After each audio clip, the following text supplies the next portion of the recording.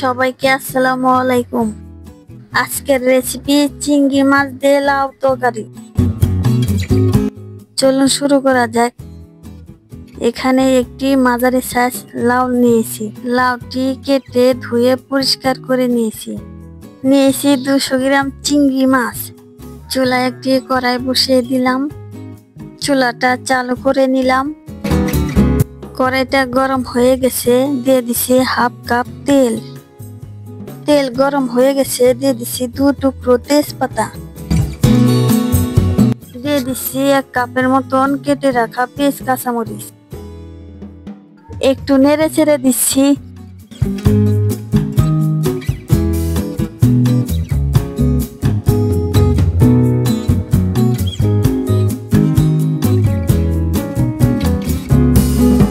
এখন দিয়ে দিছি 1 টেবিল চামচ হলুদের গুঁড়ো। দিয়ে দিছি 2 টেবিল চামচ মরিচের গুঁড়ো। দিয়ে দিছি হাফ টেবিল চামচ ধনিয়ার গুঁড়া। দিয়ে দিছি স্বাদ মতন লবণ। মশলাগুলো নেড়ে চেড়ে মিশিয়ে নিব এবং ভালোভাবে কষিয়ে নিব।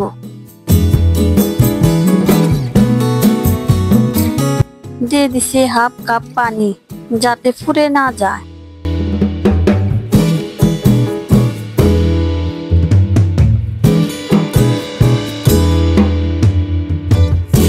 দিয়ে দিছি হাফ টেবিল চামচ আদা বাটা। দিয়ে দিছি হাফ টেবিল চামচ রসুন বাটা।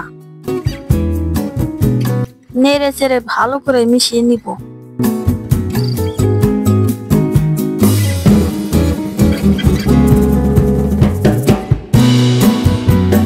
মশলাগুলো 2 মিনিট কষিয়ে নিব। ঢাকনাটা দিয়ে দিলাম।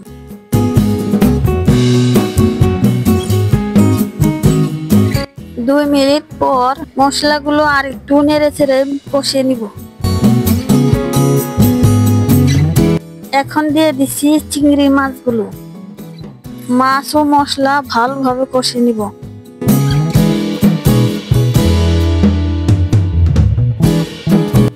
দিয়ে দিচ্ছি আরো হাফ কাপ পানি। মাছ মশলাগুলো ভালোভাবে কষিয়ে নিব।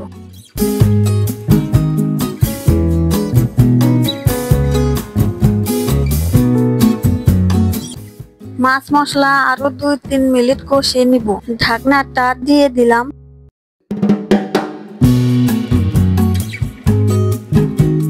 দু 3 মিনিট পর আমার মাছ মশলা কষানো হয়ে গেছে। এখন আর একটু নেড়ে চেড়ে নিচ্ছি। দেখুন কত চমৎকার কষানো হয়ে গেছে। এখন আমি কেটে রাখা লাউগুলো দিয়ে দিচ্ছি।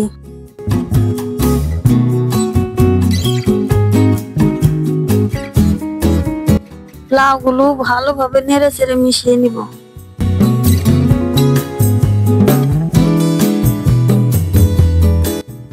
পাঁচ মিনিটে রান্না করে নিব। ঢাকনাটা দিয়ে দিচ্ছি।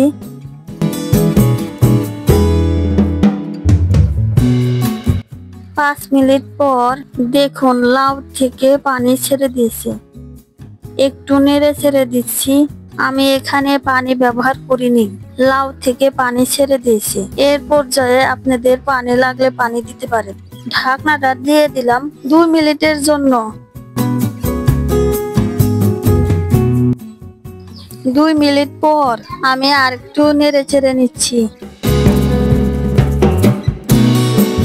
লাউগুলো সিদ্ধ না হওয়ার পর্যন্ত আমি রান্না করে নিব। এর জন্য আবার ঢাকনাটা দিয়ে দিলাম।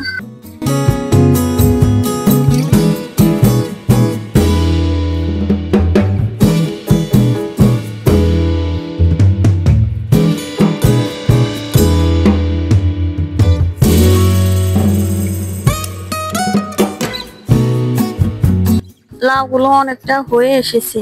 ঢাকনাটা দিয়ে দিচ্ছি। 5 মিনিট রান্না করে নিব।